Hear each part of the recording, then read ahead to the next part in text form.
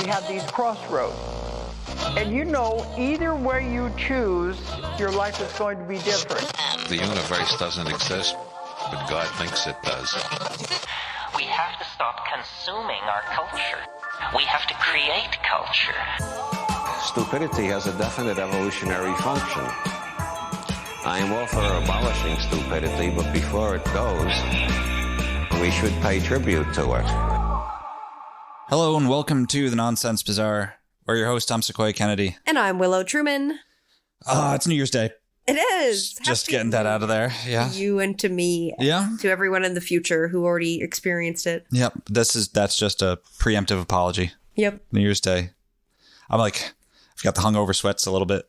Don't know if it's because I'm wearing too many layers. And we got into some trouble last night. Not really. Not really at all. Not really. I drank beer and listened to 80s rock and played chess. Is what I did for New Year's. It was great. I loved it. Loved every second of it. Sat on a couch on shrooms for 5 hours. Hell yeah. Good time. Hell yeah. You won. That couch was my island. A great couch can be a friend. It can be so many things. But you guys have already gone through New Year's 2 weeks ago. You don't want to hear about it. No. You probably don't want to hear about this either, but I do. You're gonna. Today. It's a new year, but it's a revisit to an older topic. Yes, we are revisiting one of my favorite topics and subjects of research, the Monroe Institute. Mm-hmm. I kind of want to talk about why we're revisiting them and why we're going to revisit certain things in the future and why I need to explain that we're going to do this. Because we've already covered the Monroe Institute, right? Yeah. A few times. We covered it in our Psychic Spy series, and it was also one of our first episodes. One of our very first episodes, episode 5, you don't have to go back and listen to that, especially that one. My computer was in the process of dying, and there's some glitches. Oh, the memories. Yeah, but the long and short is that the Monroe Institute is an independent research group investigating the use of audio signals as a means of facilitating out-of-body experiences, broadly speaking. Mm. They're a central figure in the CIA DIA psychic spy program and are still a source of speculation, confusion, and egregiously shitty sensationalism and mystification across the internet. Mm-hmm. Yeah. And as far as I can tell, I don't know if anyone has put together a cogent explanation of what the fuck it is they do over there that's suitable for the lay person. And I'd like to remedy that. That's a bit of a stretch goal though. See, I was thinking about this on our vacation. We've got a funny little format here at the Nonsense Bazaar, right? After the last 2 or 3 months of just sheer insanity and overwhelm in my personal life and with certain things in our pod life, I'm looking at you, Big Jerry. I've been thinking about how to set expectations for what we do. If we were a TV show, right? It'd be a kind of monster of the week type show. Yeah. Right? With a long-term arc on top. Yes. Like the X-Files.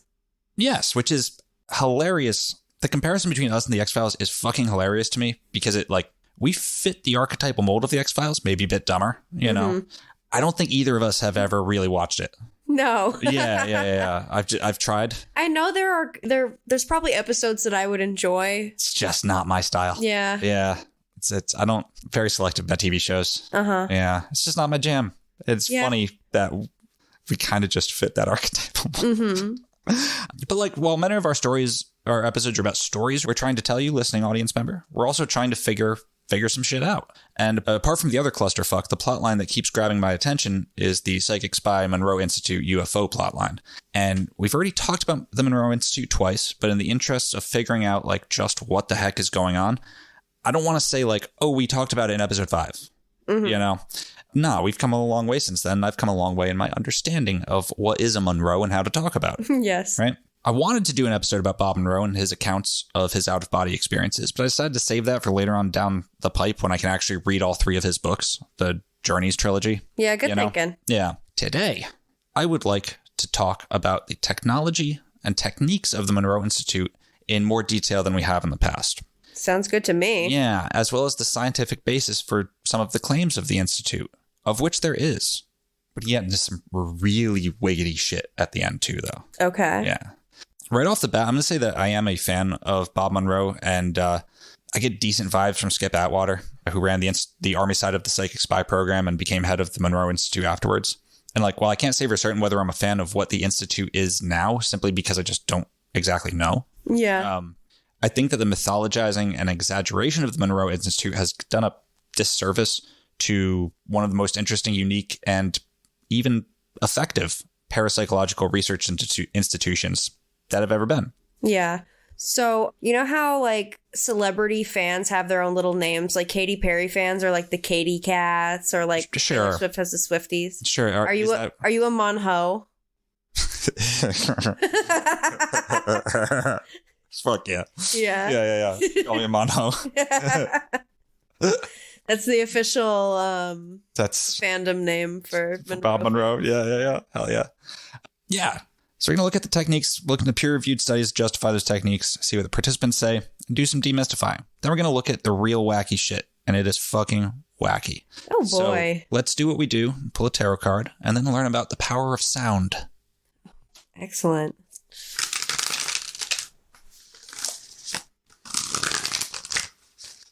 It's going to be the Four of Discs. Okay. Four of Pentacles. Power. Which is, in the Thoth deck, it shows a top view of a castle with the 4 watchtowers and a moat. And it's kind of sun and Capricorn. Four of Discs is like, it's a castle, right? It's a castle. It's the protecting walls and protection of the moat. And there's power from within a castle, but like at a certain point, if you don't leave the castle, like, can you really be said to have any power from there? You know, it's kind of confining, but protective, but confining. Mm-hmm. Yeah, that's interesting, actually. Money. Makes me think of money. Yeah? Yes. Right on.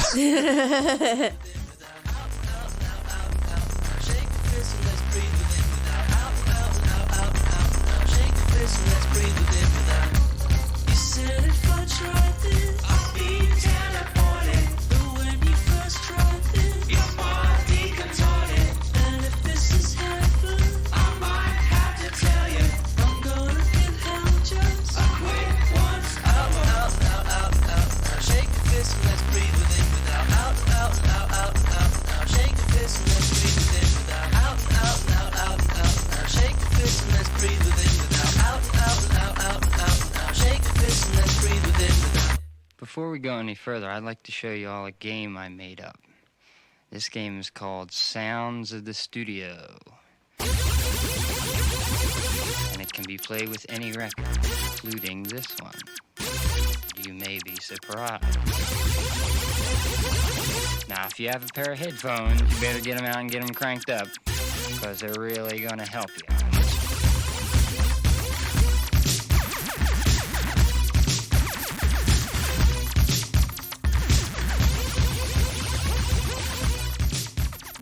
All right, I get the actual part. That's sick. But yeah. Yeah, it's fucking sick. I fucking love Hot Chip. All right. So, to recap, Bob Monroe was a radio producer, aviation enthusiast, and generally fairly strange and hyper-intelligent guy. He was born on October 30th, 1915, and died March 17th, 1995. Reading about Bob's early life, he honestly kind of really reminds me of myself. Oh, yeah? Yeah. Very smart, yet idiosyncratic and stubborn. Uh-huh. Sensitive, yet thrill-seeking, and a fan of physical danger.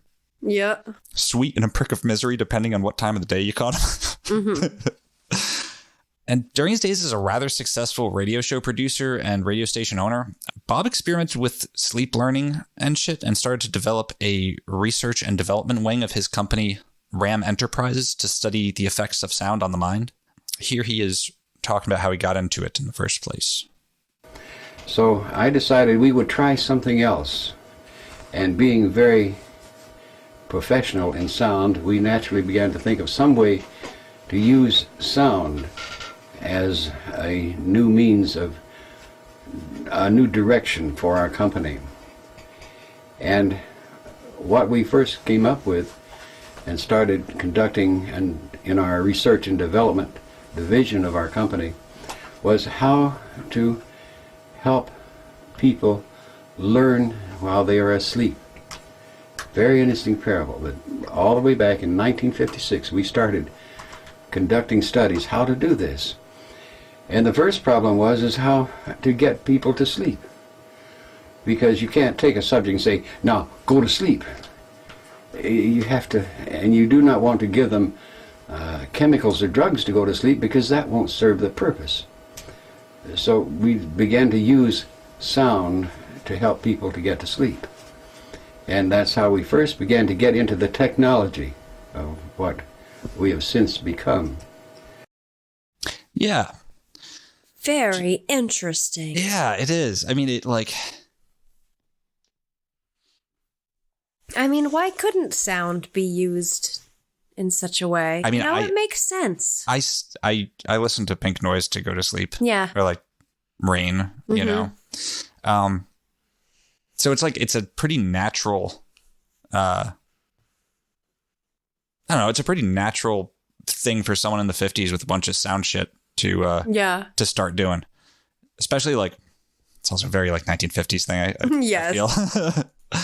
So as they're developing these technologies for sleep learning and stuff, in 1958, Bob had the sensation, he was laying in bed, and Bob had the sensation of a violent shaking feeling, like racking his whole body. Yeah. He thought he was dying. And then he saw like this light come down from somewhere and hit him in the head, and he really thought he was dying. Then he floated out of his body and knew for sure he was dying. Yeah. Right. Like he says that while he was floating and disoriented, he like looked down and he saw his wife, and then he saw a man lying next to her. And he thought like, who the fuck is in bed with my wife? Yeah. And then he floated down to get a good look at the rapscallion and realized it was his own body. That's how he knew he was dead. Yeah. Oh, shit.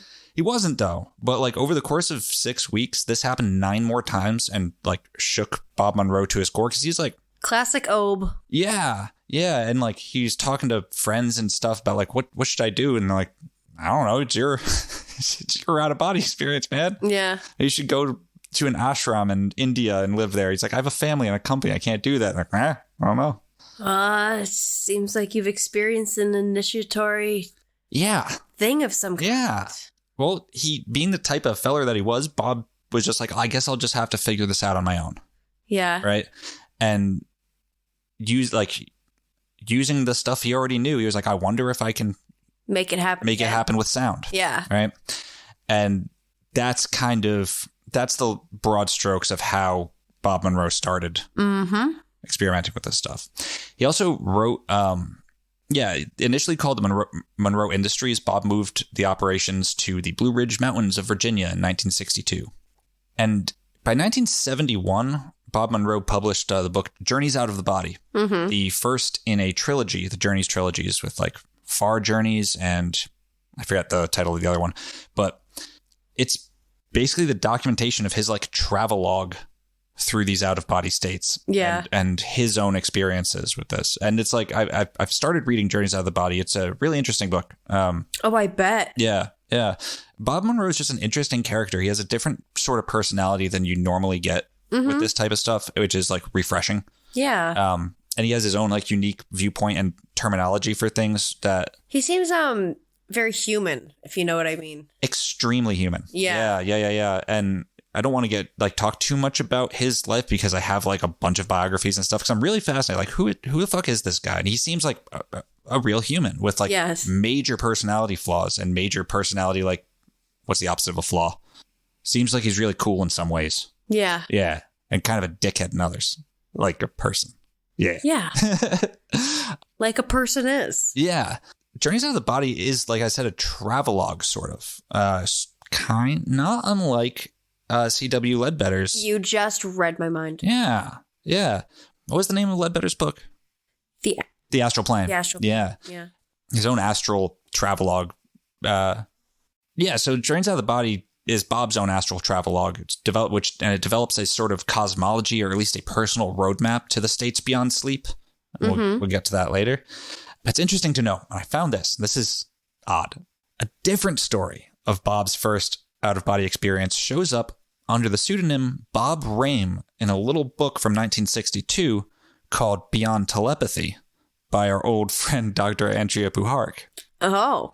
Allegedly compiled from Bob's notes given to Puharich by Monroe's wife when Bob ended up in the hospital for a heart condition for a while. According to Puharich's account, Bob's first OBE was the result of Bob huffing glue, seeing that shit got weird and huffing more glue. Now, that glue smells good. Now, I've read this account and like it does sure sound like Bob's huffing a lot of fucking glue. However, which I know. However, after the book was published, Beyond Telepathy, Bob and his wife were really pissed and said that Puharich dramatically misinterpreted Bob's notes. Oh.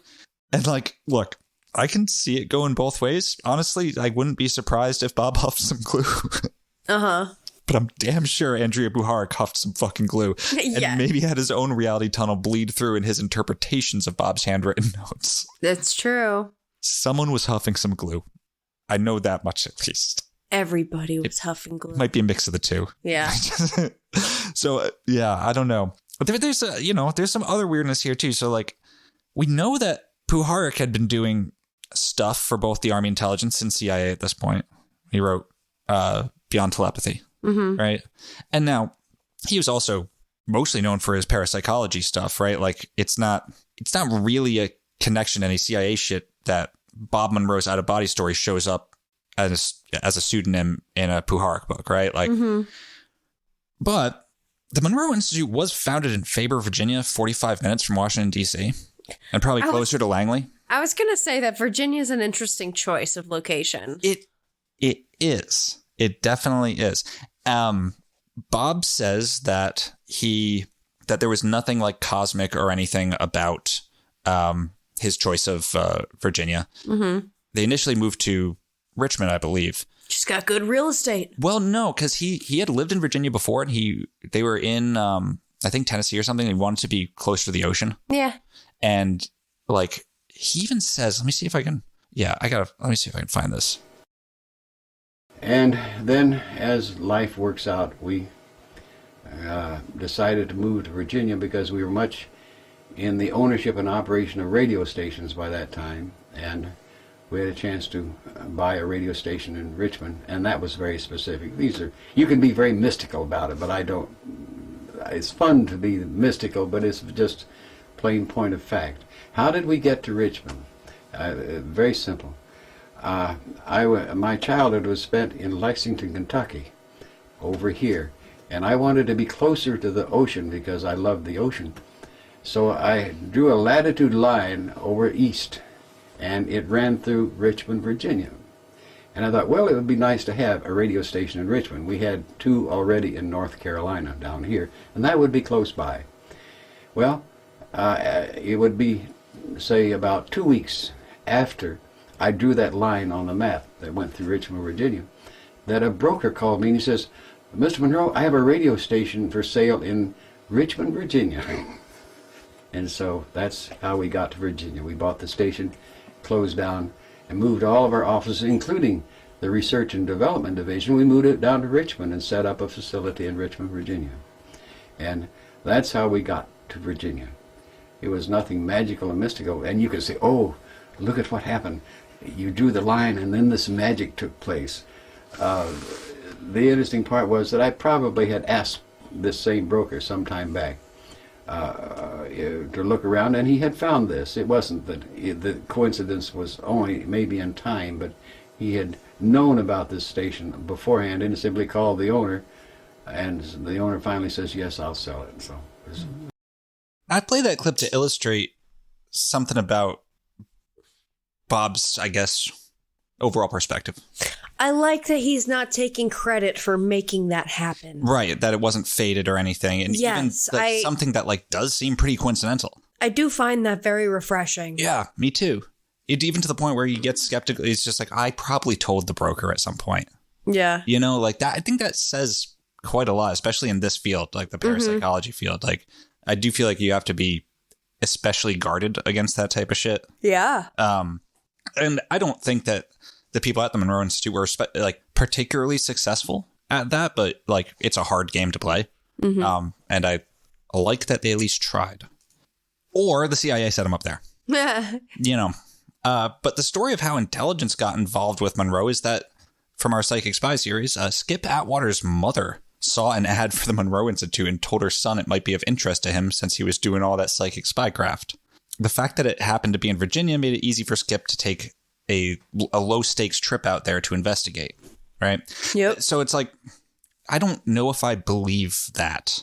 I really don't. I'm unsure if that's the actual origin story of intelligence's involvement with the Monroe Institute. Yeah. Regardless, here's Skip Atwater talking about meeting Bob for the first time. 2 or 3 experiences with him, I began to think in my own mind, I'm supposed to be asking him questions, childhood experiences. He kept asking me about my childhood experiences, to tell him about my childhood experiences. And after sharing 2 or 3 experiences with him, I began to think in my own mind, I'm supposed to be asking him questions. I'm here on official business to find out about this hemi-sync process and whether it would be of benefit to remote viewers. And curiously enough, the conversation immediately turned, and he said, well, let me tell you a little bit about this thing called hemi-sync. And he told me that it was a process of sound that created a rhythmic vibration that had the ability to alter brain waves.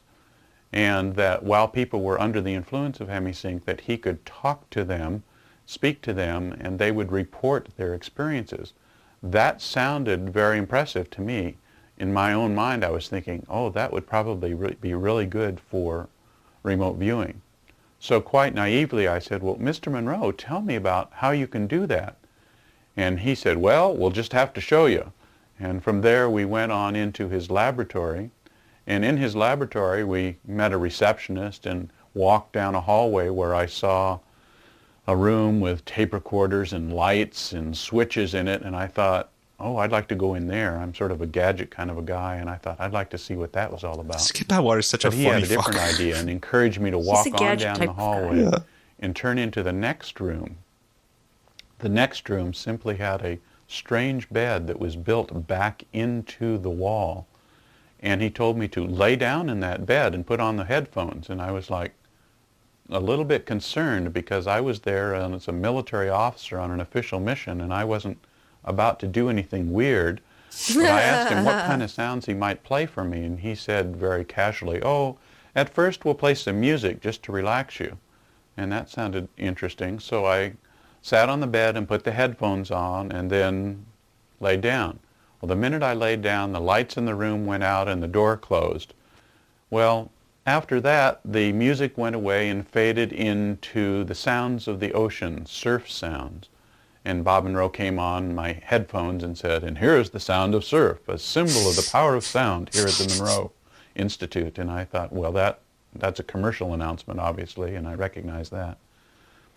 And after a while, the surf sort of faded away, but left a kind of rushing or hissing sound and a slow droning sound, a wah, wah, wah, droning sound in the background. And then I began to feel something. The bed began to rise up to the ceiling, and I thought, oh, this bed is special. It's just like when you get your oil changed in the gas station and they raise the car up in the air. He must be able to raise this bed up in the air in the same way. But this feeling of moving up into the air changed, and I began to sense lateral movement, a movement sideways. It was that same kind of body sensation of movement. And accompanying this movement was a visual perspective of huge boulders or crystals passing by me as though I was moving through a passageway of some kind. But I had a rather silly thought. I thought, I must be inside of a flavor straw. I remember as a kid you could drink water or milk through a straw and it would flavor it with sugar crystals. And I had this silly notion that I was inside of a flavor straw. And Bob Monroe's voice came over my earphones and said, well, what's happening? And I said, well, I seem to be going someplace. And he said, well, where you going, kid? And I said, I don't know. This is your place. I don't know where I'm going. After a period of time, I came to what I assumed was the end of this passageway or this flavor straw in my thinking. And I began to poke my head out of the end of the flavor straw, and my entire perspective changed, and I was in a boundless, open white space. And it was very meaningful, like, wherever you go, there you are. Which sounds stupid, I know, but at the time, in this state of consciousness, it was, I've come all of this way to find out I'm already here. And this revelation must have led to some sort of an utterance or, oh, ah, because immediately Mr. Monroe's voice was in my headphones saying, well, what happened? And I had forgotten all about Mr. Monroe. I was so involved in this journey that I'd forgotten all about him. And in my embarrassment, in my frustration, I just said, oh, well, I'll just have to tell you about this later.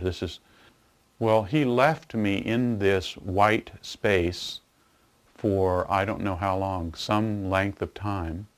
I think something must have happened to me there, but I can't remember what it was. The next thing I remember him saying was, it's time for lunch. I had no idea what lunch was. And wherever I was in this white space, they don't do lunch there. It didn't make much sense, but that didn't seem to matter because he changed the sounds I was listening to. And before I knew it, he came through the door and the lights were on and I sat up in bed and I was like, what in the world has happened? And I took my headphones off and I leaned down to look under the bed. And he said, what, did you drop your wallet down there or something? And I said, no, I have my wallet, it's okay. Well, he was encouraging me to get outside and get out in the sunlight and sort of get grounded, get back to earth, as it were. And then we went on up to lunch. And sitting at lunch, we ordered our meals. And I very innocently turned to him and said, well, Mr. Monroe, when you raised the bed up, and he looked at me and said, I didn't raise the bed up. And I was thinking about that and trying to figure out, well, what had happened? And then slowly I realized and said, oh. And then I got very excited. Secretly in the back of my mind, I thought, boy, this would really be good for the remote viewers. But to him I said, what is the power in those sounds? How did those sounds make that happen? And he kept backing away and he said, no, the sounds didn't make that happen. That was your experience. The sounds only put you in a state of consciousness that we call body asleep, mind awake. And what you did in that state of consciousness was up to you. So fascinating. Yeah. I didn't know what lunch was. Yeah. No, and that end there, or Bob Monroe tells him, like, no, the sounds didn't do that. You did that. Yeah. Bob, in another interview, there's a very long, like almost 2-hour interview with him on YouTube. He in explaining why hemi-sync, which is the name for their technology, why it rules. He says, well, because unlike drugs and such, it's not doing anything to you. It's allowing you to do something. It's helping you. And that is really key. And I think something that people don't get about hemi-sync. And I also that's pretty fucking important to keep in mind, actually. The claims aren't that you play these sounds and it is like a psychedelic trip. The claims are that this is a way to facilitate. Yeah. And I think when you keep that in mind, it becomes a lot less out there, right? Yeah. So for more on the story of Skip Atwater and such, go back and listen to our 3-parter on America's Psychic Spies and learn about some of the most colorful American characters who have ever been, especially motherfucking Major General Albert Stubblebean. Yes. My favorite American. General Spoonbender, they called him. Yep. Talking to salamanders, trying to walk through walls. I love that guy. Yeah. So, most people have seen that document that gets passed around literally every 6 months. I've said this previously, and it still holds true. That CIA Gateway Gateway program, Project Gateway. Oh yeah, like all over Reddit every few weeks. Yeah, dude. There's another wave of videos going around right now, like there was 6 months ago, and 6 months before that, and 6 months before that. This wave is all about how the CIA proved manifesting, and it's like Jesus fucking Christ, we're just getting dumber. That's one way to put it, I guess. Day by fucking day, we're just getting dumber. Yeah. I mean, like, also they kind of did it, whatever. But it's just also so fucking dumb. Anyway, this document was written by Skip Atwater after his visits to the Monroe Institute. And there's a lot of really hard to parse cosmological mumbo jumbo and theorizing in there. And like, we're not going to talk about that document. It's been done to death, and it's actually not really that helpful to, in understanding what they're doing. Or at least it's absolutely not the first thing one should know about the Monroe Institute. Yeah. It'll fuck up your perception and expectations of what it is and what they do. And I was guilty of that also. Like, I read that thing, I was like, what the fuck? Let me check this shit out. But the program that they're known for, and for which that document referenced, is called the Gateway Experience. And the Gateway Experience is an in-person, multi-day program in which you use headphones and patented hemi-sync audio technology to synchronize the hemispheres of your brain and allow you to hypnotize yourself into achieving deeper and more. I just almost started hypnotizing the audience for some deeper into achieving deeper and more transcendental states of awareness or consciousness. Yep. And that's the key word here. Again, allow, not cause, not induce. So the Gateway Experience is an in-person thing where you can purchase or otherwise acquire the Gateway Experience recordings. And what it is it's layered sound, Bob Monroe's mellifluous hypnotic inductions, and it purports to guide you through deeper and deeper exercises. It's guided meditation that's been huffing Andrea Puharich's glue, is what it is. Yes. Yeah. And from what I can tell, there's a couple different types of audio technology happening in there. The first is binaural beats. Let's talk about binaural beats.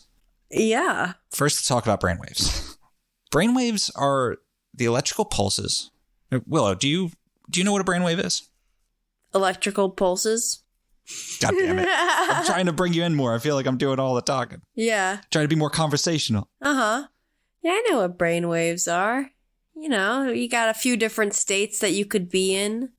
I feel like we spend most of our time in the beta state. Yeah. Yes, we do. Yeah. We're in the beta state right now. Yep. Well, brainwaves are, they're electrical pulses that occur throughout cognition. And I have to stress, they're real. Brainwaves are real. Real as fuck. Scientifically studied. Documented. Real ass thing. Yep. It's just a thing. They're generated essentially when neurons fire in synchronized patterns. And they're linked with just about everything the brain do. There's 5 ranges of brainwaves that occur all throughout a human being's day-to-day.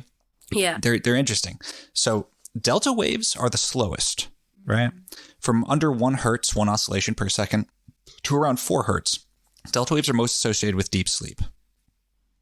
Something like that. Yes. Theta waves from roughly 4 to 8 hertz is associated with deep meditation, trances, and hypnagogia. Yep. Right? At 8 to 12 hertz, we get into alpha waves, relaxation, rest and digest mode, light meditation, receptivity. Visualization is an alpha state. Daydreaming, that's alpha. Yeah. From 12 to 38, we have beta waves. Beta waves are our normal walking around doing stuff consciousness. Yeah. Right? There's a few subsets of beta waves, like low beta and high beta, which is also known as low gamma. And here's an interesting thing. So investigations of reward feedback have revealed 2 distinct beta components, a high beta, low gamma component and a low beta component. So that'd be at like around the 12 hertz range versus the 38 hertz range, right? Like, okay. In association with unexpected gains, the high beta component is more profound when receiving an unexpected outcome with a low probability. Interesting. However, the low beta component is said to be related to the omission of gains when gains are expected.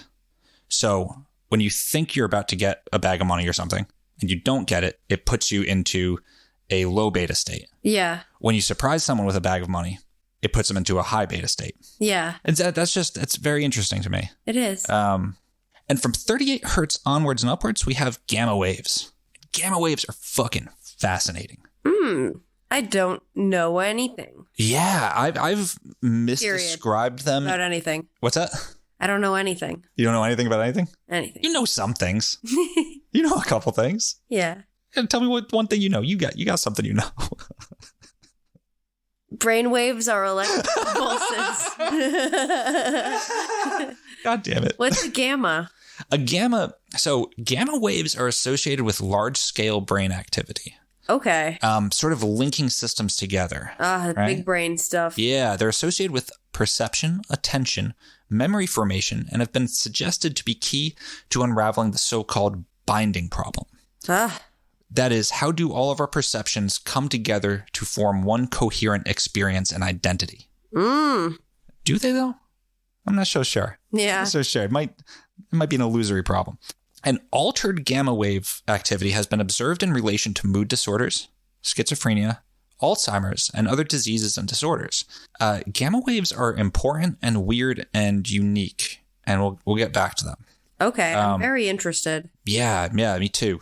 So back to the gateway and binaural beats. So binaural means 2 ears, right? Yep. That's what the word means. And what it do is you get your ass some headphones and you play 2 different tones, one in each ear. The difference between the hertz of the tones is the brainwave frequency you're trying to hit. For example, if we were trying to hit Andrea Puharich's magic 8 hertz frequency, we could play 1 tone in the left ear at 100 hertz and 1 tone in the right ear at 108 hertz. Or 100 hertz and 92 hertz. As long as the difference is 8 hertz, the brain will create a phantom illusory rhythm at the rate that the 2 tones differ by. So when you listen to it, it does a wub, wub, wub that isn't actually there, but your auditory processing system picks up. And binaural beats have been studied as a way to entrain the brain. A huge amount of studies have been done that do indeed show that binaural beats can have an effect on entraining brainwaves. However, it seems like it's not actually the binaural part that's doing it. See, apart from a couple of specific applications, monaural or one-ear beats, aka isochronic tones, are actually way more effective than binaural beats in getting the brain to sync up to the signal. So straight up the wub wub listening to it is more effective for most states. There's a key thing is like there's a theta state that binaural beats are actually better for, I believe. Interesting. Yeah. And brains do tend to sync up their dominant brainwave patterns in response to external stimuli. In a paper published in the journal Advances in Cognitive Psychology from the Hersencentrum Mental Health Institute in Amsterdam, the Netherlands, researchers show that you can absolutely entrain brainwaves with external stimuli. And further studies have shown that both monaural and binaural beats can be used to alleviate anxiety, depression, etc., etc. And so that's the point. You can put signal into the brain and coax it to adopt the specific dominant state that you want. Yeah. It's just the signal, right?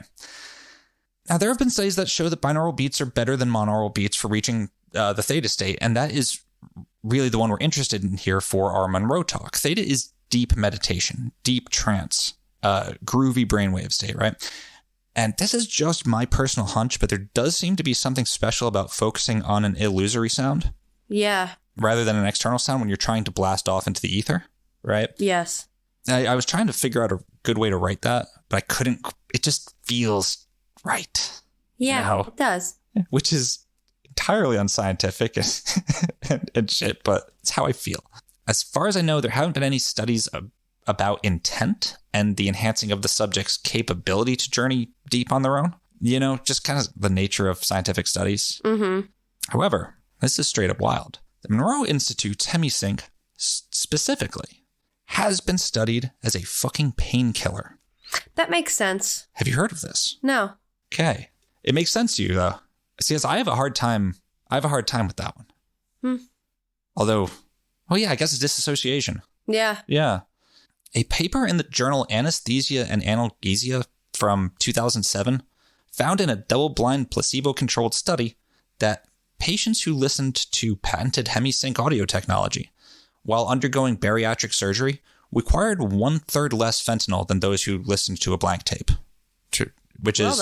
That's a big chunk. Yeah. There was one surgery that it was not effective for. Yeah. And I don't know if there's been any other studies on that. Do you remember what surgery it was? Fuck. I don't. I think it had to do with bones. Where bariatric surgery is like weight loss surgery, I believe. Yeah. But the point is brainwave states do things. Yeah. Yeah. And you can use monaural and binaural beats to help induce those brainwave states. Except for one. The brainwave state that's super important, really weird, and super unique. You can't use binaural beats to achieve a gamma state. Yeah, which is... You got to do that on your own. Well, so at least that's according to a paper written by Skip Atwater during his time as as head of the Monroe Institute. In this paper, he's explaining a brand spanking ass new type of hemi-sync technology called spatial angle modulation, or SAM. And in this paper, Skip Atwater says that, like, well, one of the big problems with binaural beats is that you can't use them to achieve gamma states. And I was like, so that's why all the binaural beats apps like don't have gamma on there. Like it made sense. Like, and especially since it's so weird and shit, but I don't know why. It was just kind of an offhand thing because it was like an internal research paper. Mm-hmm. So it was kind of assumed that the people reading it already had knowledge and shit. But this SAM shit, the spatial angle modulation, this shit is fucking crazy. Ooh. And I'm going to nerd out a bit on this because I think it's really cool. Based off the name, what do you think this spatial angle nonsense do? Changes the direction that the sound is? Yeah. Going in, perhaps? Or like changes the direction of the wave itself? You're right on with the first one. It changes the perceived direction of the sound. It's panning it, right? It doesn't require headphones, but can be used with headphones. And what it does is it flicks the sound signal back and forth across the left and right channels faster than your brain can pick up on. Oh. Yeah. Creating another illusory rhythm based on the Doppler effect. Yeah. And this method can be used to induce gamma wave states. What's more, by modulating where, relative to the subject, the modulation is occurring, that is right in front, in the back, or on either side of the subject's head, you can use SAM to target gamma wave spiking in specific regions of the brain. Whoa. Yeah. Not hyper-specific, but, you know, the stuff in the front, the stuff in the back, the stuff on either side, right? Like the main 4 quadrants. That's fucked up. Yeah. And that's fucked up. Further, there's this very real, very science thing called theta gamma synchronization.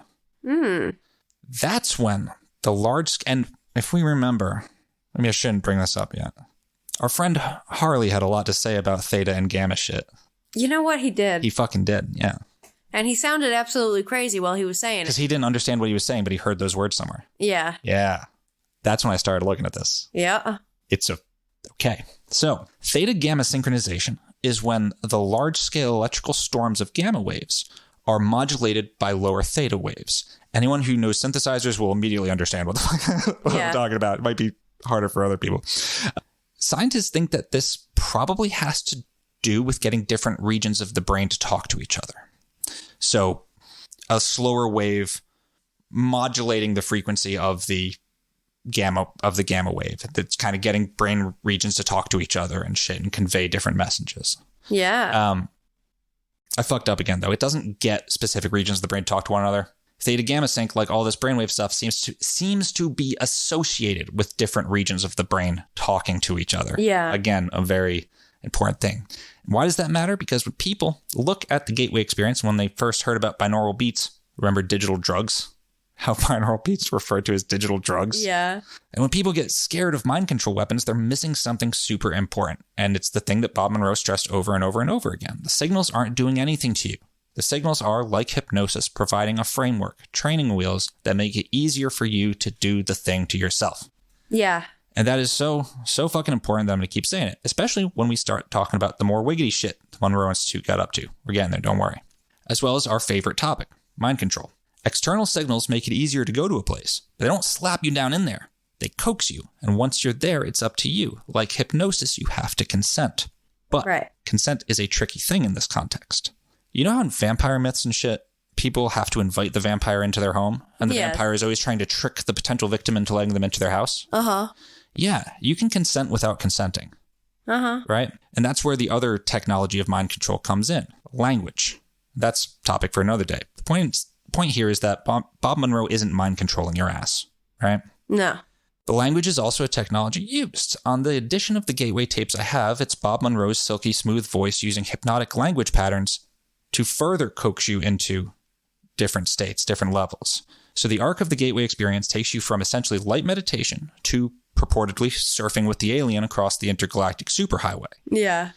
That's Focus 10 to Focus 21, respectively, in Bob Monroe's nomenclature.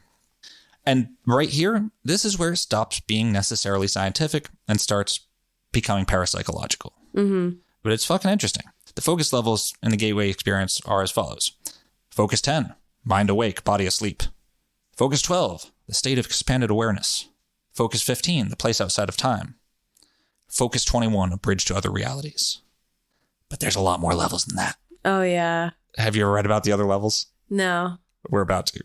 Oh, good. Yes. They go from Focus 10 to Focus 49. Oh, and like there's one all the way in between? No. They skip around? They skip around a lot. I don't know. Why? I don't know. What's in between? It's the one thing I do not understand about Bob's levels. Like, it goes, okay, from Focus 21 is on the very edge of perception of the space-time continuum. Mind remains fully conscious and active, the bridge to other realities.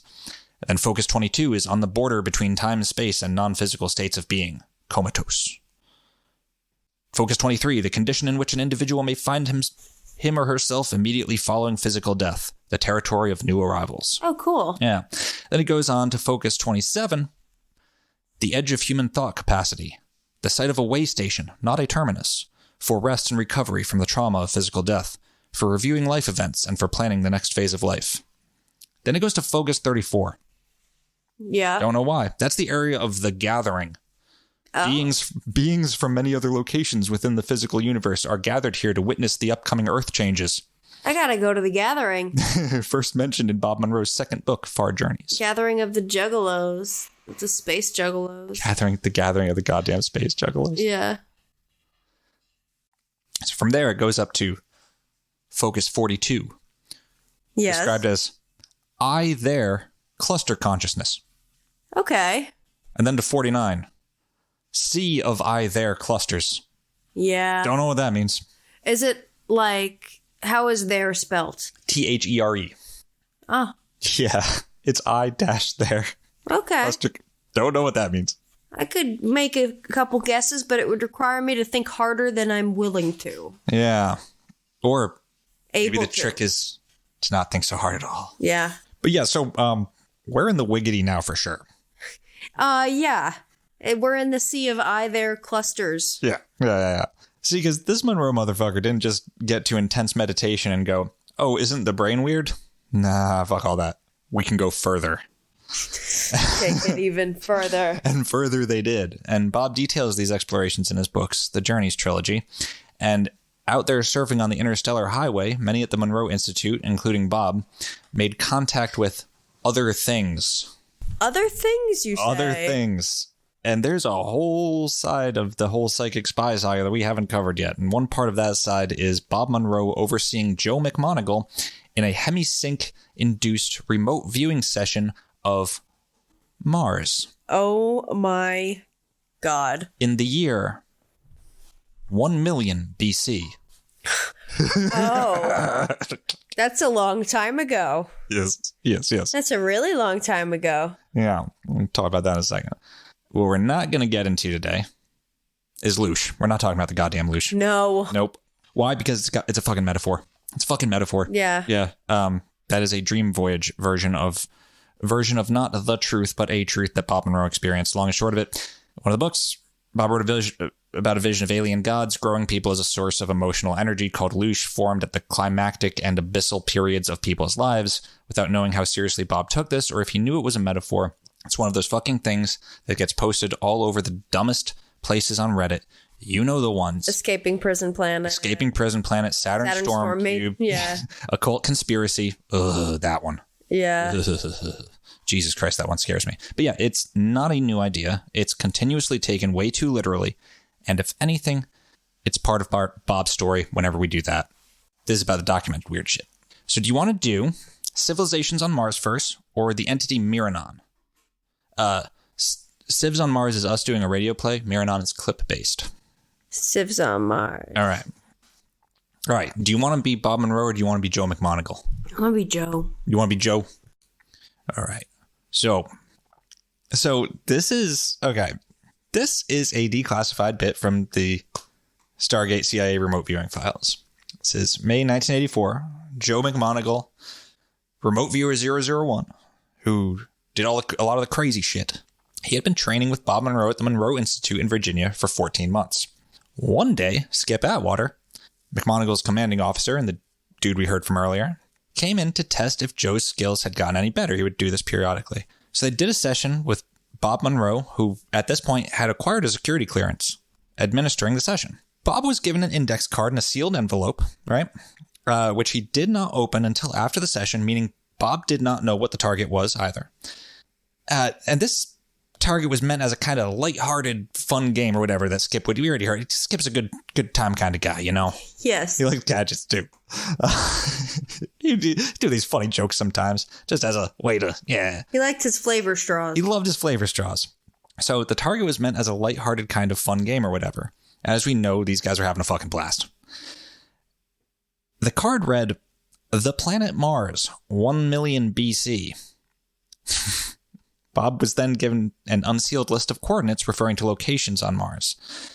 Bob didn't know Joe was looking at Mars, right? He only knew the coordinates. Yeah. So, okay. I'm Bob Monroe. All right. Now, using the information in the envelope I've provided, exclusively focusing your attention now. Using the information in the envelope, focus on 40.89 degrees north, 9.55 degrees west. I want to say it looks like, I don't know, it sort of looks, I kind of got an oblique view of a pyramid, or pyramid form. It's very high. It's kind of sitting in a large depressed area. All right. It's yellowish, ochre colored. All right. Move in time to the time indicated in the envelope I've provided you and describe what's happening. I'm tracking severe clouds, more like dust storm. It's geologic problem. It seems to be like just a minute. I've got to iron this out. It's really weird. Just report your raw perceptions at this time. You're still early in the session. Okay. I'm looking at an after effect of a major geologic problem. Okay, go back to the time before the geologic problem. Total difference. It's before there's I don't know, hell. It's like mountains of dirt appear and then disappear when you go before. See large flat surfaces, very smooth angles, walls. They're really large, though. I mean, they're megalithic. All right. At this period in time, now before the geologic activity, look around in and around this area and see if you find any activity. I'm seeing, it's like a perception of a shadow of people. Very tall, thin. It's only a shadow. It's as if they were there and they're not there anymore. Go back to a period of time where they're there. It's like I get a lot of static on a line and everything. It's all breaking up all the time. Very fragmented pieces. Just report the raw data. Don't try to put things together. Just report the raw data. I just keep seeing very large people. They appear tall and thin, but they're very large. Wearing some kind of strange clothes. All right. Now, holding in this time period, I want to move from your physical location in space to another physical location, but in this time period. Move now to 46.45 north, 353.22 east. Move in this time to 46.45 north, 353.22 east. Deep inside of a cavern. Not a cavern. More like canyon. I'm looking up the sides of a steep wall that seems to go on forever. And there's like a structured with it's like the wall of the canyon itself has been carved. Again, I'm getting very large structures. No intricacies. Huge sections of smooth stone. Do the structures have insides and outsides? Yes, they're very, it's like a rabbit warren, corners of rooms. They're really huge. I feel like I'm standing in one. It's just really huge. My perception is that the ceiling is very high, walls very wide. Real time plus 22 minutes. Yes, that would be correct. All right. I'd like to move now to another location nearby. All right. Move from this point in this time to 45.86 north, 354.1 east. Okay, they have appears to be the end of a very large road. There's a marker thing that's very large. I keep getting Washington Monument overlay. It's like an obelisk. All right. From this point, then, let us move to another point. Move now to 35.26 north, 213.24 east. Move in this time to 35.26 north, 213.24 east. It's like I'm in the middle of a huge circular basin of the Range Mountains by almost all the way around. Very ragged mountains, very tall. Basins, very, very, very large. Scale seems to be off or something. It's just really big. Everything's big. I understand the problem. Just continue. See, just a right angle corner to something, but that's all. I don't see anything else. Okay, then let's move into a little different place, very close. Move from the point you are now, in this time, to 34.6 north, 213.09 east. Move now in this time to 34.6 north, 213.09 east. A cluster of squares up and down. It's like you want to make them square anyway. They're almost flush with the ground, and it's like they're connected. Something very white or reflects light. What's your position of observation as you look at this thing that reflects light? It's a oblique left angle. Sun is weird. Look back down at the ground now, and we're going to move just a little bit from this place. 34.57 north, 212.22 east. Very close by. Now move over to 34.57 north, 212.22 east. Oh, the Bob voice is fun. Bob hypnotic voice is fun. It's like I can just perceive, like a radiating pattern of some kind.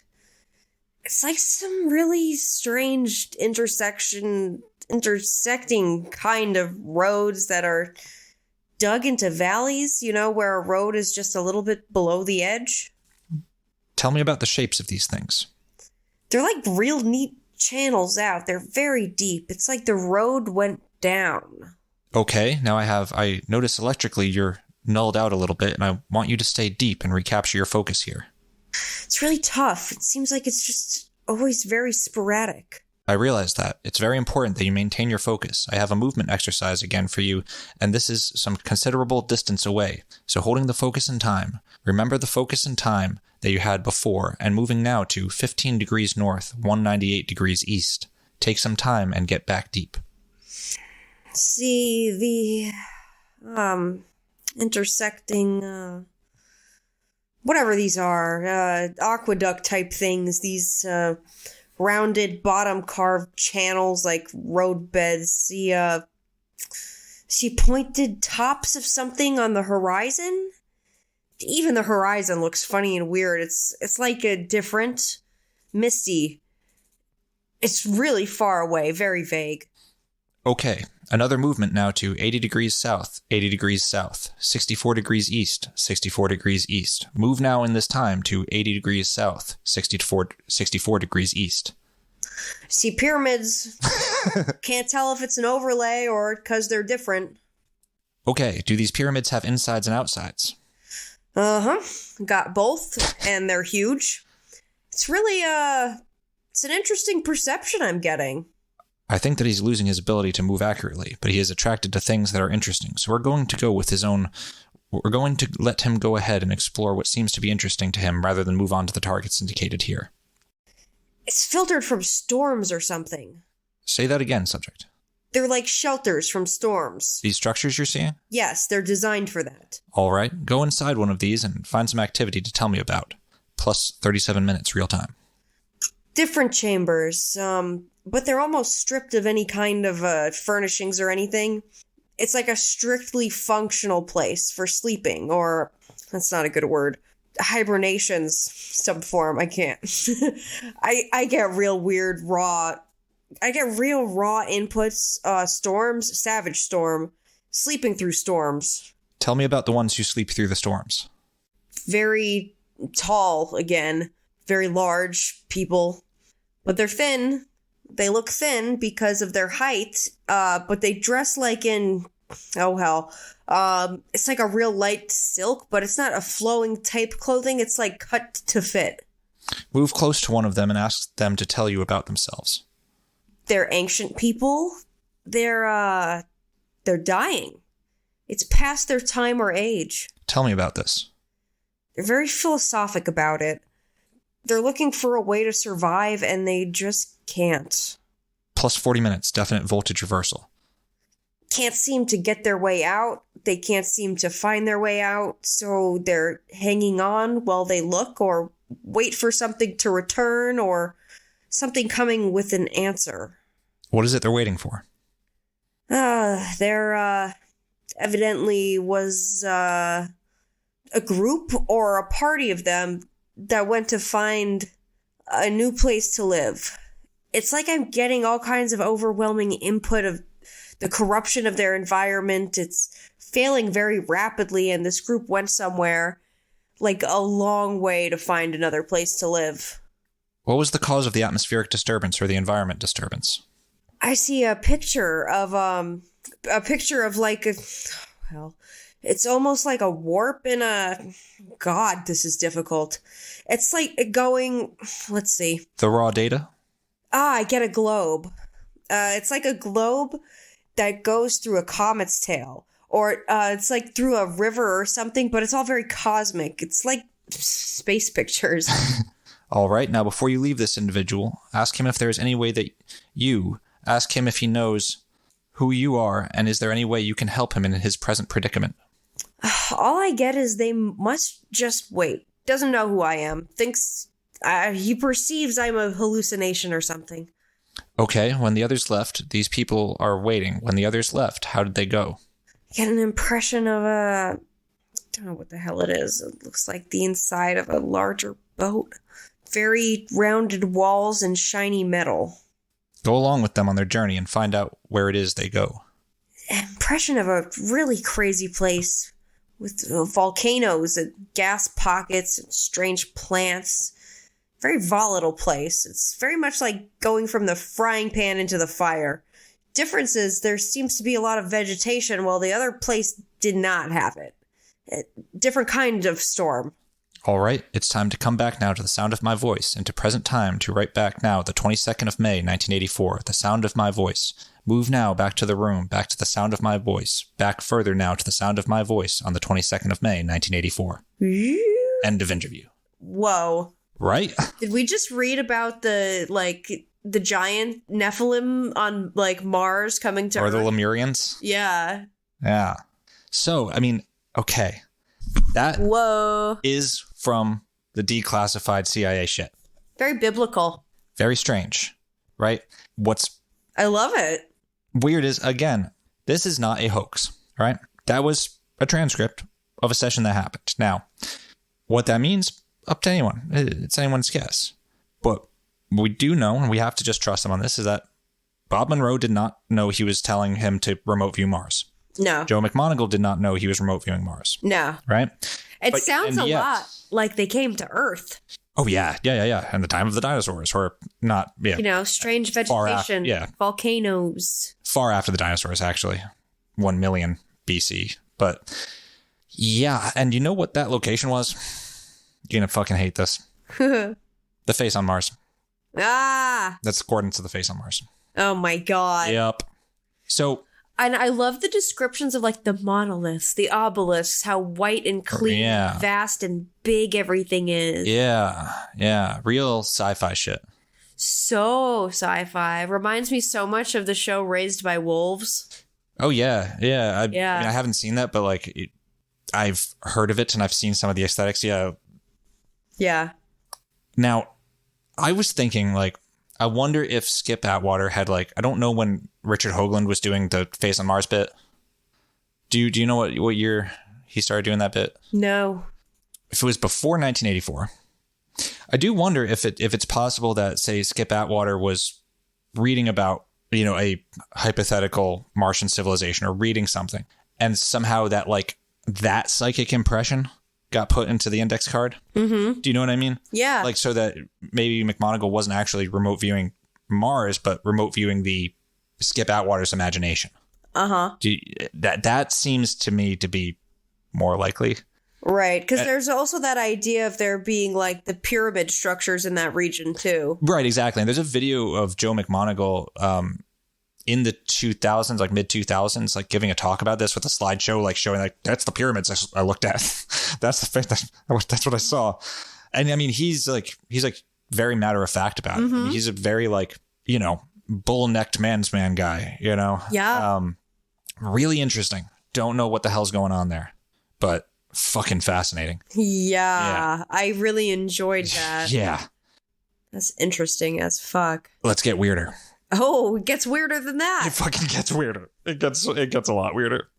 Miranon. So there is a series of Monroe Institute tapes called the Explorer tapes, which you can find on archive.org. There's like 33 individual hour-long recordings of exploration sessions in which Bob was guiding subjects to go pretty fucking far. And in some of these sessions, apparently channeled entities started coming through. It's really weird. There's this one entity called Miranon, which we mentioned in the Psychic Spy series briefly. The lake at the Monroe Institute is named Lake Miranon because it apparently fucking lives in the lake now. And it's first encountered through this woman, Liana, referred to in the code name, in the Explorer tapes by the code name SHE, she. Like, Jesus Christ, Bob. Like, you guys are all going insane over there. Like, they're losing their fucking mind. We're having fun doing it. They're having a blast. They're having such a great time.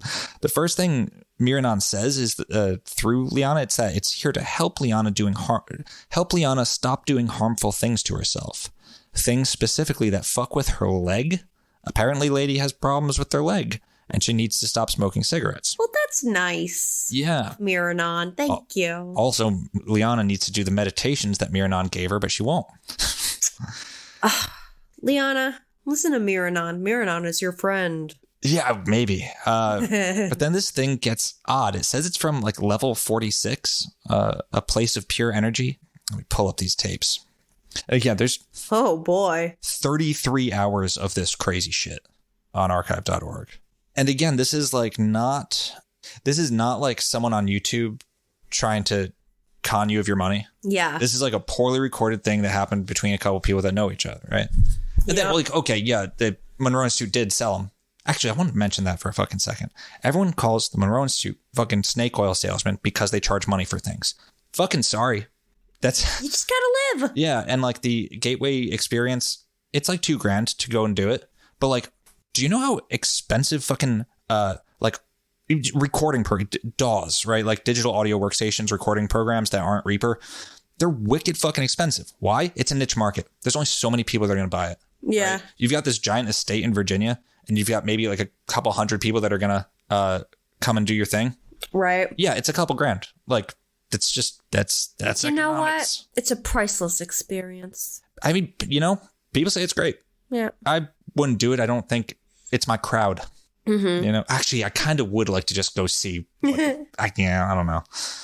Join our Patreon. Monroe Institute. We go report from the inside. All right. So this is from tape 5, Introduction to Miranon. And here's another tape track recording from our Explorer Pathfinder file. In this case, our Explorer's identification is simply SHE, and she has provided one of the most interesting and profound explorations that we've encountered. I have been in many places. Time does not exist for me. Ooh, creepy. And did you, at one time, exist in this physical Earth level?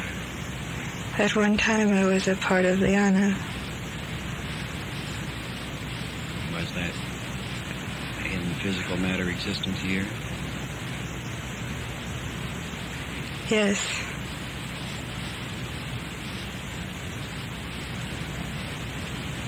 Was that in a civilization or culture that we are unaware of in our physical life here?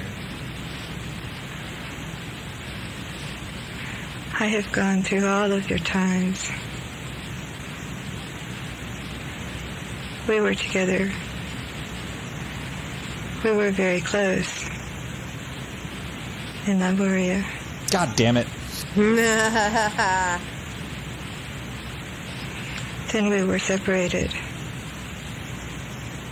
It is only when I arrived at level 46 and was told that I needed to gather back together the parts of myself that had been separated.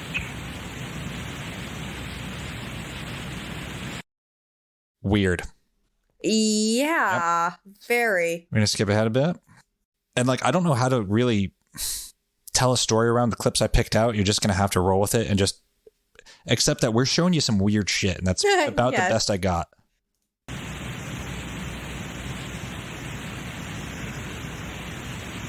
A level then of multiple identities that are not, as we can understand, as a single conscious self. Is that right? I'm sorry, I was distracted. I had to check with Liana. Would you say that again? Is Liana all right? Is she comfortable? Is Liana comfortable? There are some distractions. All right. Do inform me if you feel that she should return. I will.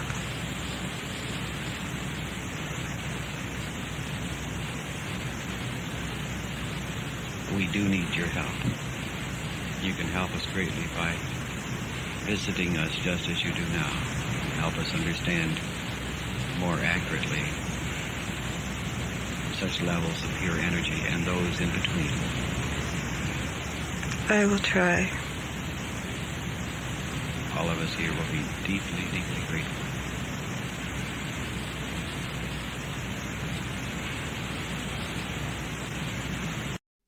So, first, does this fucking thing remember Lemuria? It really seems to. Really seems to. At one point, it gets frustrated because Liana doesn't have the words it needs to express the concept. Yeah. Right? So here's the thing. Like Bob says, this will raise more questions than answers. And honestly, I didn't have the time to go through all 33 goddamn hours of these tapes to see if there are any answers in there. I imagine I will finish it at some point because it's super interesting. But like, why this is super interesting to me, I've made pretty clear on the show how I feel about channeled entities and shit. Like, I don't buy it. I think by and large, the grifters and some unfortunate souls got the Dr. Pruark special. But as we've established, there is a scientific basis for the technology of the Monroe Institute, if not the theory. Also, I trust Bob. I fucking trust Bob. From what I've read of Journeys Out of the Body, I really like what he has to say. I like his perspective. I like the cut of his jib. I think he's got the thrust of it right when it comes to exploring consciousness and different levels of reality. Now, that doesn't mean I think his cosmology is correct. That doesn't mean that his reality tunnel is my reality tunnel. But I'll make a solid bet that Bob isn't a grifter. Same goes for Skip Atwater and Joe McMoneagle. My reasoning? I like the cut of their jib. Literally a vibe thing. So, like, take that as you will. You know, I get the opposite sense that I got when I first looked at You Know Who and fucking You Know Who's drunk stock swindling husband. Yeah. So having liked the cut of their jib and then being presented with something that is halfway plausible to me as a psychedelic cosmology and halfway absolutely fucking not, well, it's weird. So I pulled some timestamps of what I think are just interesting tidbits. Let's go through them. Okay, cool. So tape 5. I have to like do this search for these manually because they're archive.org recordings. Tape 5, 16 minutes. From level 22, you indicated that there is a choice. What choices are available to an entity at that stage, at that level 22?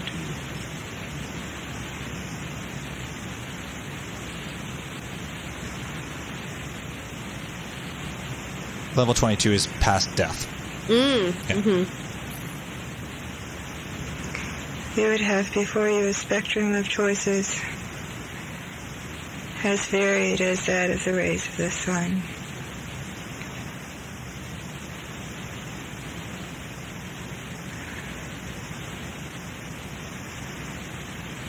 one such choice to return again to physical matter existence in this earth level?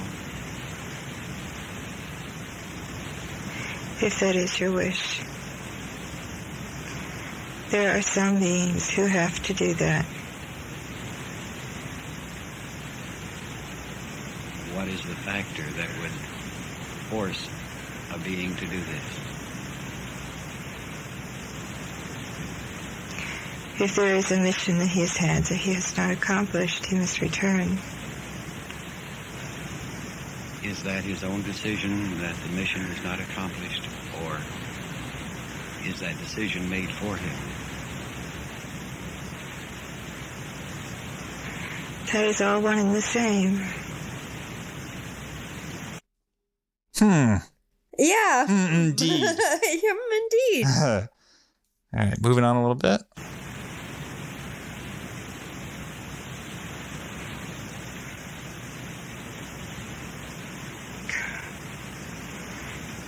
Very good. The answer to your question is yes. I can help you with that at another time. Thank you so much. Is there any means by which we can identify you? Can we give you a name, a number, so that we know that we can use some point of identification before you go? The energy that can best describe me is Miranon. Miranon. Very good. This is much what we need. The means to call for you. So, moving on into the next session. And Bob does put a example of what the subject's voice sounds like in normal talking to show the contrast between hypnotic voice and normal talking. I know, it's a very different. Yeah. Yeah. Weird cosmology, though, right? Mm-hmm. Yeah. Especially with like the whole, I was once a part of Liana, right? Yes. Aspects of self. And yet, when she says that, I get an impression that this being is talking like from the future. You know? Mm-hmm. I think it's her. Yeah. After death. Yeah, I think it's her like long after death. Yeah. Fucking wild. Yeah. Yeah. Goddamn, Monroe Institute's a fucking vibe, dude. I'm a Monho. Yeah, dude. I love this shit so much. It's just so fucking good. I can't wait to run my Delta Green campaign. Yes. I keep minimizing the fucking window. Okay. I'm just so high on Miranon. Perhaps it is important for her to know one experience from a previous life. Referring to Liana. So that she can begin to understand. Very well. When she lived with me in Lemuria, God she damn it. developed very strong talents. She could think of a person, and they would do whatever it was she wanted them to do. Or they would be however she wanted them to be. She used this with a small child. The child was ill, and she willed the child to be well. The child became well, and she shared with the child what she had done. Then the child used her thoughts to bring great harm upon Liana. At that point, a separation occurred between Liana and me, because Liana then willed harm upon that child, and the child died. The fuck? Yeah, what? Yeah. Like I said, I ain't got no answers. Yeah. It then goes on to say that Liana has to be careful about what she thinks because it can hurt people. That's true. You should be careful. Hey, man, listen, someone with OCD, that's a very dangerous thing to tell someone. Yeah, you don't have to take it so literally. Some of us don't have a choice. Yeah. Here's some shit about Lemuria. In your time span, Lemuria existed about 12,000 years ago. It was located on your Earth. The people were very advanced. It's the Lemuria shit. It's just the Lemuria shit. We don't need to listen to it because it's literally just the Lemuria shit. It's that exact story, right?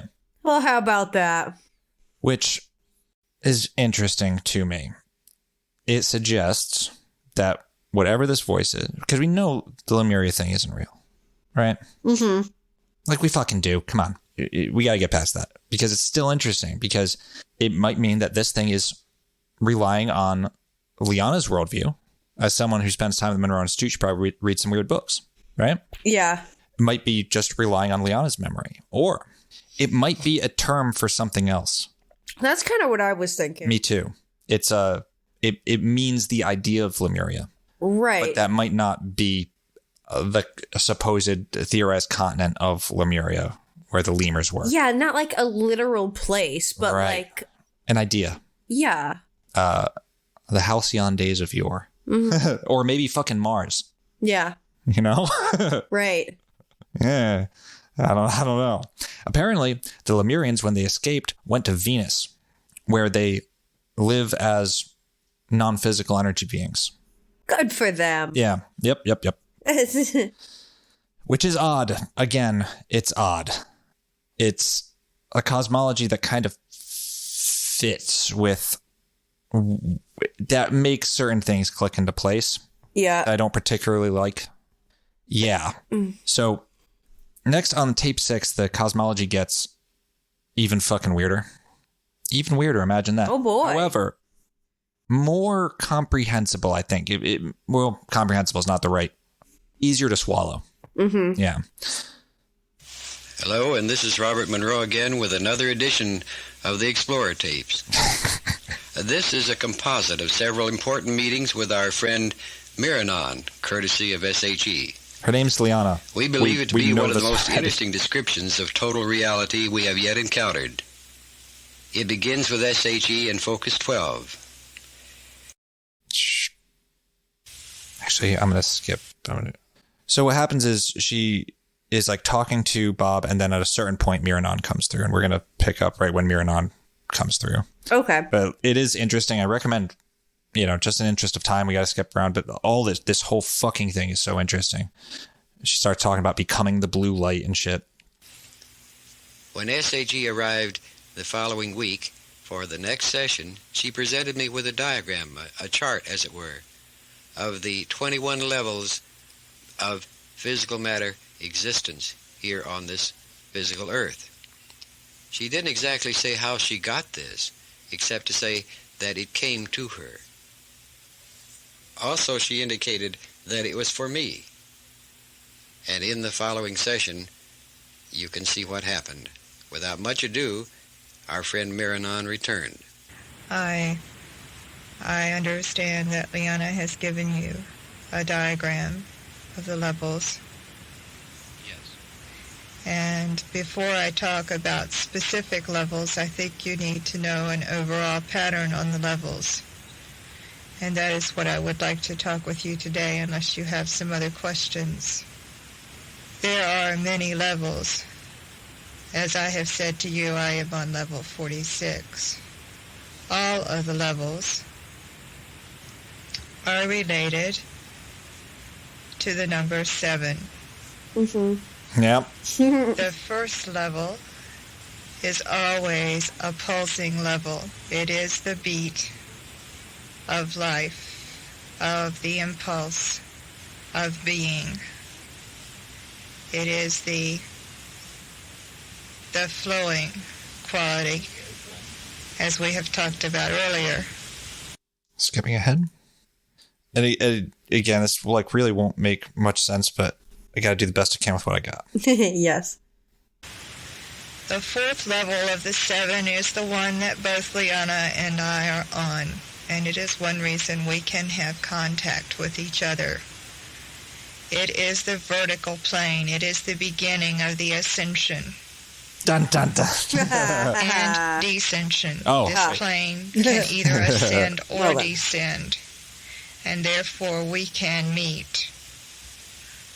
The color for this plane is a rose color. It is a plane that brings greater unity through all the planes.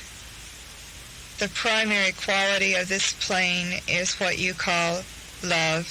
Aww. Aww. Adorable. Primarily a descending level. You become more acutely aware of the realities of the levels beneath you. The levels beneath you is not the right word. I do not know the right word. It does not come. The space is very difficult to describe because the levels are not in space as you know it. But for lack of a better word, beneath will have to do.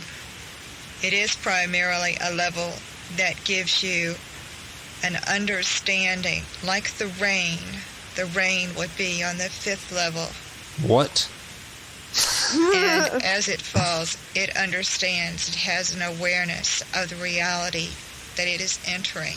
It is a different reality from the reality of which it has been a part.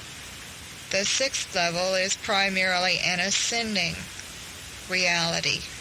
It allows you to have greater understanding of the levels yet to be attained. That is the 6th plane. The 7th plane is the full circle, at which you understand and have a complete awareness of all that is in your plane of reality, a complete and total understanding, not only of yourself, but of all the levels that you touch. If you will notice, the 7th level touches or crosses every other level of existence. It has the harmonizing influence. It is the level that unites everything within the level. And it also has the ability to cross into other levels. Since the light is pulsing, since the light radiates, it touches all the levels above it. Again, space is not right, but the levels above it, below it, on top of it, and behind it, for lack of better analogies. Almost sounds like Kether, or like... Yeah. But then... Huh? What if there's more? And this is when I went like, oh, fuck, like this is something to actually look at, because normally when a channeled entity will tell you about heaven. It'll tell you about like, ascending to the perfect plane, right? Mm-hmm. That's not what fucking Miranon says. Yeah. We are talking about consciousness. Reaches level 28, the bridge is crossed, and from that point on, for that consciousness. Also, there's like consciousness levels and then levels of reality. They're two different things. Again, it's just the fucked up language thing. Oh yeah. It's just like the and everything else. There's levels, and then there's levels to the levels, and then there's realms within realms. Essentially, there's 7. Let's call them realms or levels, or whatever the fuck. Focus levels, then reality levels, whatever. Yeah. To evolve higher, it would not again assume human form of any kind. Not even as a learning experience. I will never incarnate again as a human. As another form of life, yes, but not as a human. The words are very hard because your plane of existence is not the same. Perhaps I can explain it by asking you to image 7 levels, 7 of the circles, which would give you the 49 levels. The first 3 levels are physical matter, as you know physical matter. They are your plants, your animals, your humans. The 4th circle is your bridge, is your realm, your center for that overall plane. It is the time in which a consciousness can choose whether to go back into the lower levels or to transcend into the higher levels. And many consciousnesses do choose to go back into the lower levels in physical form. The upper three circles are the realm that in your consciousness is called the spiritual realm. Once I reach level 49, which I will, I then leave all of this realm of existence. It does not mean I have reached the highest point by any means. It simply means I have left this group of 7, this overall group of 7. Imagine, if you will, the 7 circles enclosed in an even larger circle upon which 7 more circles are stacked, which is in turn enclosed in an even greater circle. And then you can have some idea of what infinity is. It does not ever stop. Right. That's... Yeah, it's very interesting. It's very interesting. Yeah. It kind of terrifies me a bit. Right? Yeah. Because I think there's a core of that is real. Yeah. That is true. Beyond the theosophical language, beyond the New Age language. It's hitting on some things there. It's hitting on the whole turtles all the way down thing. Yeah. Right? The psychedelic experience, the oh fuck kind of experience, right? Uh-huh. I've got a couple more clips left. Again, I will trim the fat in post. I know this is difficult. It's okay. Yeah, I forget. You love this shit. Yeah. Forget I'm not like trying to explain something to my friends. I can offer you guidance in giving you insight as to what will happen, or in giving you guidance as to what can be done with individual people. But I cannot tell you, I am not allowed to tell you exactly what will occur. You're not allowed? Not permitted? That is hard to explain. There, on my plane, there is no restriction from... You have in your world a concept of authority, of people who have the power over other people. Am I correct? Yes, unfortunately we do. No, here we understand that each person within himself knows what can be done, what is wise to be done. And when I say that I am not allowed to tell you, it is my own self that does not allow it to happen. It is, you must tear the veil for yourself. Hell yeah. I can show you the corner of the veil, and I can help you lift it. But I cannot tear it open for you. Yeah. Whoa. Yeah, dude. And kind of, as I've stated, that is my criteria for whether or not I fuck with something. Yeah. Yeah. Yep. So that's some shit. That's some fucking shit. Yeah. Yeah. Right. Wow. Very interesting. I've never heard that aspect. Right. The whole Miranon thing. I heard it mentioned in passing, and now I know why they gave it a lake, you know? Yeah. And like, so Miranon is not like other channeled entities, right? It's confused. It's distracted. It doesn't have all the answers. It fully admits to not having all the answers and expresses frustration at not having a human who has the right language. And like, compare this to I Am Raw, you know? Oh, that was a bonus episode that we talked about. Yeah. And now we know, like, as we said earlier, we know Lemuria is, you know, you all fucking know. It's silly. However, right. What if Lemuria is the word that Liana has for a concept because of her New Agey beliefs? It's a metaphor. Mm-hmm. That's the best Miranon has. Now, Miranon may very well, probably, be an aspect of Liana's own mind, maybe from far in the future. Mm-hmm. But it seems pretty damn clear this is not staged in any way, and like Bob says, it raises more questions than answers. So, there's things I didn't get to talk about today. I'm not even worried about it. The Monroe Institute, I think, is going to show up again. One thing I do want to mention is that like the Monroe Institute and Monroe Products, the people who make and sell the hemi-sync tapes, they're two entirely separate organizations now. And I don't want it to be like, so I don't want it to be like, oh, I'm advertising for them. Like, I'm not. There's like a bunch of hemi-sync. I think a lot of it is a cash grab on the hemi-sync. So like, I don't think they're all necessary, right? Like, I think that in the wake of Bob's death, they have sort of, it's become something other than what it once was. You know, I think there are definitely parapsychological researchers and shit going on at the Monroe Institute. We probably won't know what they're getting up to.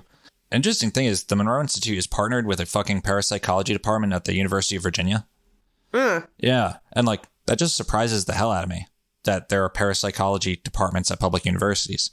This one, I looked it up. It's funded by a private grant, right? So like some rich dude did say like, take my money and fucking look at psychic shit. And that's why it's there. That's awesome. Right. I love that. Yeah, like, you gotta have it. Yeah, fuck yeah. And they're like looking for volunteers who can do weird shit consistently and are looking at like not just like remote viewing and telepathy and shit, but full on telekinesis seems to be one of the big things they're studying. Wow. I'd like to do an episode on telekinesis one day because it seems pretty goddamn out there. And like, you know, like, of course you can't do that. Yeah. Right? That's my reaction. But like, but what if you can? You'd think that for something that apparent, it would go away if it was as bullshit as claimed. And like, hasn't gone away. Yeah. So I don't know. Worth looking at maybe. Yeah. Man, I got no points to make about all this shit. I got no points other than... Yeah, it just is. It's fucking weird. Yeah, it's some fucking weird shit. And it's like... How about the Four of Pentacles? Yeah. I mean, it's an institute. It is. Right? It's an institute. And I think also like the Four of Pentacles, Four of Discs, in the Rider-Waite-Smith deck, it's a dude is a king sitting on a throne hoarding his fucking discs, his money. Yep. And it's like, well, do you actually have any power from that position? Yeah. Right. And I think that can refer to the type of like idiosyncratic language that's kind of alienating, that when you look at the Monroe Institute, you're like, look at these fucking hippies. Look at these goofy fuckers. Yeah. With their headphones and their weird beds and their acronyms and shit. Right. And it's like, at a certain point, it goes beyond charming Bob Monroe shit to like, this is fucking goofy. Yeah. Right. And it is. Monroe Institute's goofy as hell. Like, it's fucking goofy.